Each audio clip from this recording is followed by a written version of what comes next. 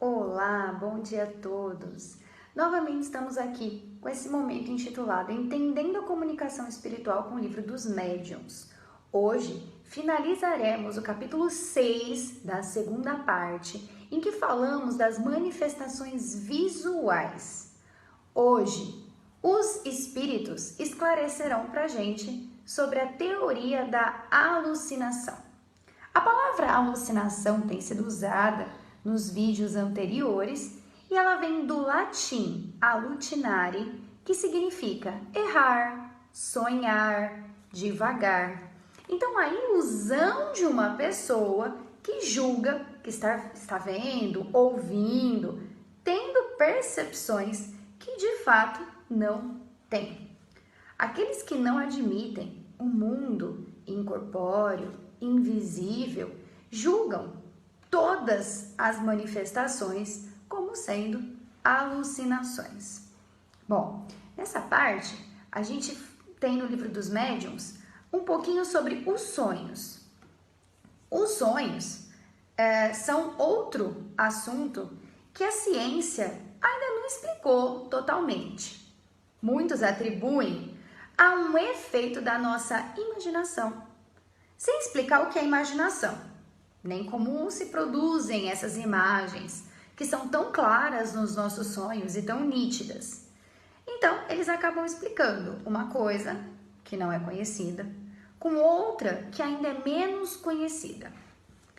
Bom, os fatos têm provado que as aparições são verdadeiras, portanto, as manifestações visuais, elas existem. Os espíritos, então, nos oferecem as seguintes informações. Claro que é possível que algumas vezes, ou que muitas vezes, as pessoas julguem verem coisas que de fato não existem. Principalmente quando dão muita atenção a histórias de bruxaria, histórias de terror, no nosso mundo contemporâneo, os filmes, séries que são totalmente aterrorizantes, outros se atentam a leituras, e essas impressões acabam ficando registradas no cérebro e acabam fazendo com que as pessoas achem que estão vendo o que não estão vendo por conta das impressões que ficaram registradas no cérebro. É claro que o espírito, com o seu envoltório semimaterial, como vimos já em outros vídeos, pode assumir qualquer forma. Então, para brincar, para assustar, eles podem assumir outra forma. Só que não significa que todas as vezes que nós julgamos ver algo que é estranho aos nossos olhos, então, espíritos com asas ou com chifres, figuras horrendas, monstruosas, pode ser então simplesmente impressões que foram registradas no nosso cérebro. A mesma coisa acontece com as visões quando estamos sonhando. Quando o espírito se desprende do corpo material, ele pode ver muito além do que ele veria com os olhos corporais. Então, ele consegue ver dentro do cérebro as imagens que foram lá fixadas como em fotografias. Tudo isso para explicar que a nossa memória é resultado das impressões que o nosso cérebro conserva. E nem sempre essas impressões, que são como fotografias no nosso cérebro, elas precisam ser reais. Elas podem ser advindas de coisas que vivenciamos ao longo dos nossos dias e que ficam registradas no nosso cérebro. Então, quando você está fazendo a leitura de um livro que fala sobre terror, por exemplo, aquela imagem ela é construída pelo seu cérebro, você não está vendo. Quando você está assistindo a alguma coisa que tem uma imagem monstruosa, ela também vai ficar registrada no seu cérebro como em uma fotografia. Tudo bem?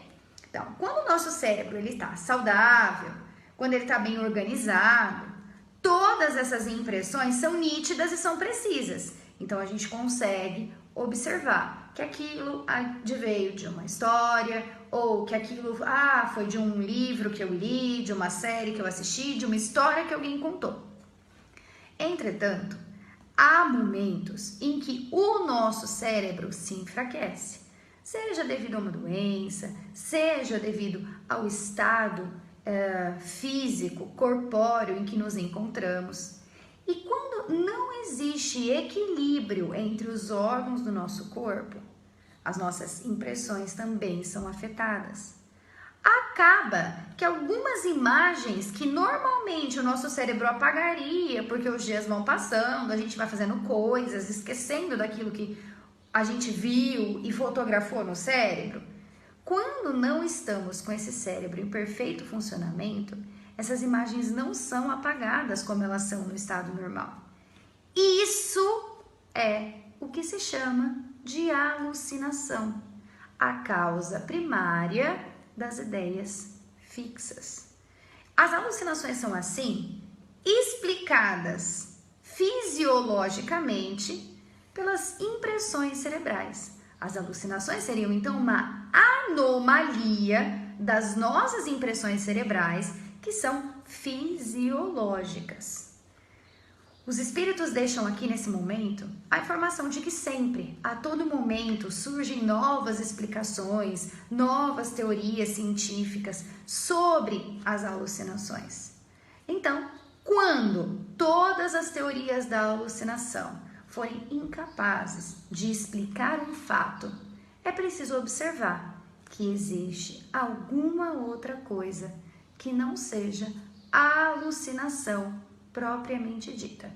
Então, com esse encerramento das manifestações visuais, a teoria trazida das alucinações quer mostrar que realmente existem momentos em que o nosso corpo está fisiologicamente com problemas e ele pode ver coisas que de fato não existem. Entretanto, quando nenhuma das teorias podem se encaixar nessas visões, o que precisamos entender é que existe algo espiritual que ainda não consegue ser explicado pelas teorias materialistas e, portanto, precisa-se recorrer à doutrina espírita. Quero lembrar vocês que durante toda a semana temos outros vídeos nas redes sociais da Casa Espírita Raimundo Mariano Dias, bem como grupos de estudo dos quais vocês podem participar, principalmente nesse momento, de maneira remota, online.